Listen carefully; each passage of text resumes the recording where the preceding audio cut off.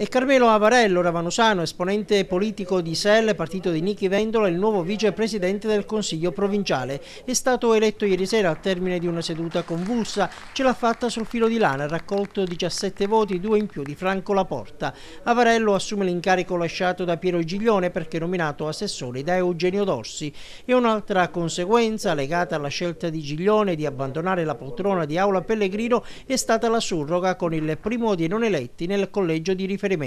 Avvicendamento avvenuto ovviamente nell'ambito del PD, partito di appartenenza. A fare il suo ingresso a poco più di un anno dalla chiusura della legislatura è stato così Maurizio Masone, ex segretario provinciale dell'allora DS, presidente del Centro Culturale Pierpaolo Pasolini di Agrigento. Penso che sarà un'ottima opportunità intanto per rilanciare, se è possibile, anche il ruolo della provincia e, se è possibile, dare un contributo politico alla costruzione di un'alleanza capace di presentarsi alle elezioni in maniera forte, determinata e coesa. Vedremo un pochettino quello che potrà accadere. Questa è la sua prima esperienza politico-amministrativa all'interno di un ente dal punto di vista istituzionale? Il mio impegno è stato sempre un impegno fondamentalmente di partito, sia a livello cittadino, poi a livello provinciale, come anche a livello poi regionale. Sì, questa è la prima esperienza istituzionale, spero che sia anche interessante, mi auguro e sono convinto di sì. Quale sarà il suo impegno? In quale direzione soprattutto? Guardi, noi già come partito abbiamo definito il nostro impegno in questa scorcio di legislatura alla provincia.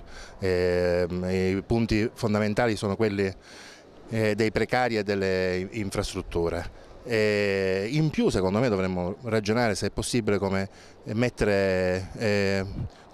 creare quelle precondizioni indispensabili per lo sviluppo nei prossimi anni. E alla provincia resta al centro del dibattito politico la vicenda legata al futuro dei precari. Arturo Ripepe, esponente del PID, reduce da una riunione in rappresentanza del Consiglio provinciale di Agrigento che si è svolta ad Enna.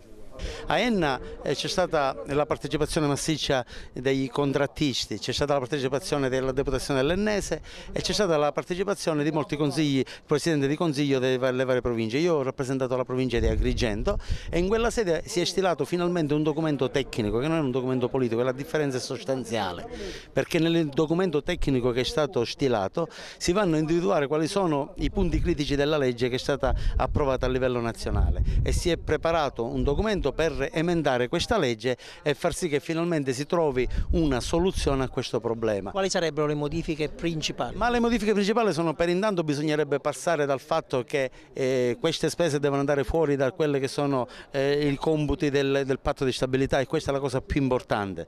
Un altro passo importante degli emendamenti che si vogliono fare è quello di andare in deroga alla legge per quanto riguarda la riserva del 50% dei posti che un ente pubblico dovrebbe mettere a concorso a personale esterno, perché se non risolviamo e chiudiamo questa vicenda è inutile allargare ad altre cose.